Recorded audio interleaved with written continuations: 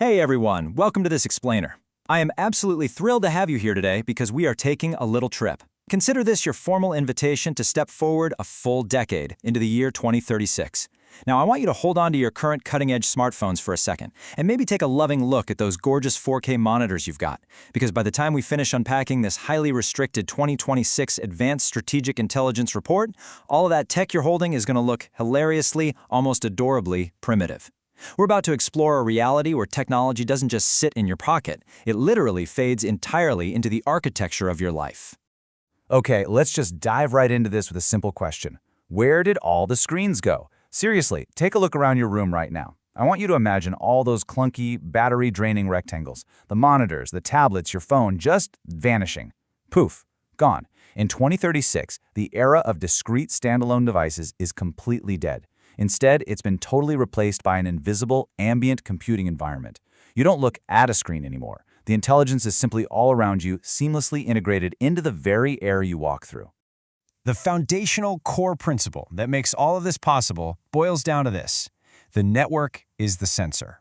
We aren't just using radio frequency waves to, send cap videos or download emails anymore. In this future, the network itself acts as a high-resolution, omnipresent radar system. These RF waves are literally mapping physical spaces in real time. They track the state of your appliances and, get this, they even monitor your human biometrics. We're talking your heart rate, your breathing, all without a single dedicated camera actually pointing at you.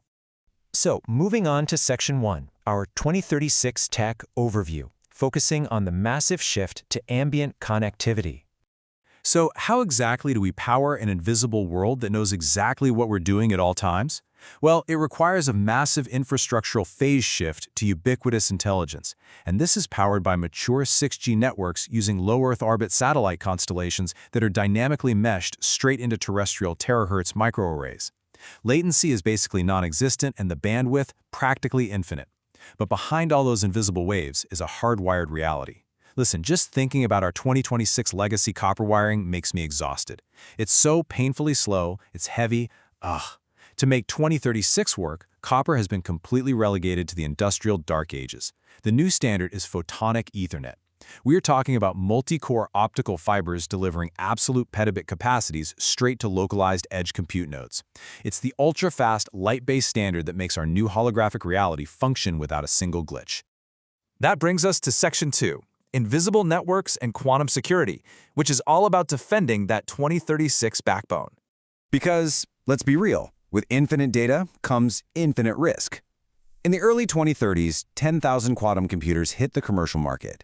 Now, if you know anything about cryptography, you know that means our old, traditional firewalls are now completely and utterly obsolete. A perimeter defense is totally useless when a quantum machine can slice right through it like a hot knife through butter. So, the solution is quantum key distribution, or QKD.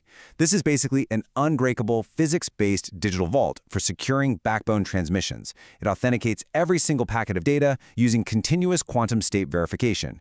I have to be completely deadpan with you right now. That password you use for your banking app today? Yeah, a 2036 quantum rig would crack that in literally a microsecond. QKD ensures that transmissions are theoretically immune to interception because simply trying to observe the data physically alters its quantum state. Which leads us perfectly into Section 3, the end of the smartphone and the total dissolution of the form factor as we know it. All right, it is officially time to announce the long-awaited death of an old friend. The smartphone form factor has dissolved. Gone. No more cracked screens, no more leaving it in the back of an Uber. Instead, we've transitioned entirely into spatial computing nodes. We went from those macroscopic 5G towers and handheld bricks directly into smart surfaces woven right into our buildings. Your devices have evolved into neural-optical wearables and sub-dermal haptic actuators. So when you actually need a screen, it's dynamically generated as a holographic field, anchored flawlessly to your physical environment using advanced spatial mapping. Now, if you're wondering about the actual quality of those holograms, let me translate some hardcore engineering jargon for you. Volumetric light field density means we no longer measure visual fidelity in pixels per inch. Nope, we measure it in 500 million voxels per cubic meter. What does that mean in simple terms? It means you can finally say a permanent goodbye to those early AR and VR headsets that made you feel incredibly motion sick. The focal parity perfectly matches the human eye. It looks completely, unmistakably real. Let's take a look at the actual mechanics of this new personal tech. Devices aren't heavy processors anymore, they just stream compute power from the edge. They non-invasively scan your biometrics continuously. But my absolute favorite part? Energy harvesting. Guys, imagine the sweet, sweet relief of never, ever having to charge a lithium-ion battery again. These spatial nodes actually pull power from ambient radio frequencies, from your body heat, even from kinetic movement, and they store it all in solid-state structural supercapacitors. It's brilliant. Moving into the domestic side, Section 4 is all about fully automated future habitats, powered by predictive neuromorphic algorithms. Seriously, forget the smart home. I want to welcome you to the autonomous habitat. This is an environment that completely relies on predictive neuromorphic algorithms. It doesn't sit around waiting for you to ask it to do something. It predicts your behavior and acts before you even realize you need something done. Your primitive 2026 smart home, it's basically just a collection of remote-controlled tools. I mean, you still have to pull out an app just to turn on a light bulb, which is, quite frankly, exhausting. But the 2036 autonomous habitat operates seamlessly on its own. It acts on localized AI inferences based on your daily routines, real-time weather telemetry, and even the availability of energy on the grid. Just look at your kitchen for a second.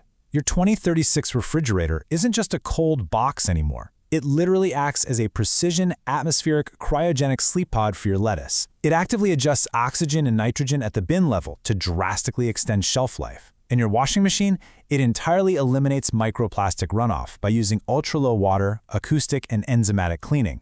It's wildly efficient, deeply sustainable engineering at its best. Next up is Section 5, the three major camps of global tech philosophy. Let's dig into the geopolitics of ambient tech. Because this incredible future ecosystem isn't just one single monolithic global standard. It's actually divided into three distinct global philosophies, driven by deep geopolitical differences, though thankfully they're all mediated by the unified ambient protocol, so things still actually talk to each other. Let's break down these three massive global camps. First up, you've got the Americas approach, which is intelligence everywhere. This camp is entirely AI first. They focus heavily on software supremacy and massive cloud compute architectures. Hardware in this ecosystem is practically given away at a loss. And why? Because the entire goal is to seamlessly lock you into their highly integrated, subscription-based predictive AI algorithms. Now contrast that with Europe's philosophy, privacy by design. Here, the mandate is absolute data sovereignty and rigorous green engineering. Their hardware is heavily modular, built from biodegradable or infinitely recyclable composites. But more importantly, localized edge processing is completely mandatory. Your personal telemetry data never ever leaves your house without explicit, uncrackable, zero-knowledge proof authorization. And then we have Asia's hyper-integrated strategy, hardware supremacy. This camp completely dominates physical manufacturing. We're talking about the absolute most advanced photonic chips and hyper-efficient terahertz transceivers. What's absolutely fascinating here is how deeply they integrate tech into dense urban environments. They completely blur the line between your personal smart home habitat and the broader, citywide civic grid management. In this model, you are literally a node in a much larger machine. Finally, Section 6, how to lay out the future. Let's talk future-proofing strategies. So if you are a technologist, an architect, or an engineer watching this right now, you are the one who actually has to plan the infrastructure during this messy transitional decade. How do you prepare for 2036 today? Well, the key takeaway from the architectural decision matrix is you absolutely must ditch static specifications and aggressively embrace dynamic, upgradable systems. Don't just build for Wi-Fi 7. Deploy fiber to the room right now to support the massive data needs of future terahertz meshes. Transition away from those basic smart plugs to native DC microgrids to get ready for solid-state appliances. And honestly, these are your three critical imperatives to live by moving forward. 1. Decouple your compute from your interface. Remember, the interface is going to change from screens to holograms, so invest heavily in massive data pipelines rather than endpoint processors. 2. Embrace edge AI to ensure offline capabilities. And 3. Adopt modular infrastructure. Look, always use oversized conduits when laying cables, because making the jump to full photonic networks is going to mean pulling out all that legacy copper later. Oh, and I do have to casually drop this little fun fact from the report. With all this predictive AI anticipating your every single need, the Global Technology Accord of 2032 legally mandates a hardwired, analog kill switch for all autonomous physical systems. You know, just a totally standard, routine precaution to ensure human sovereignty in the totally unlikely event of a catastrophic AI desynchronization. Literally nothing to worry about.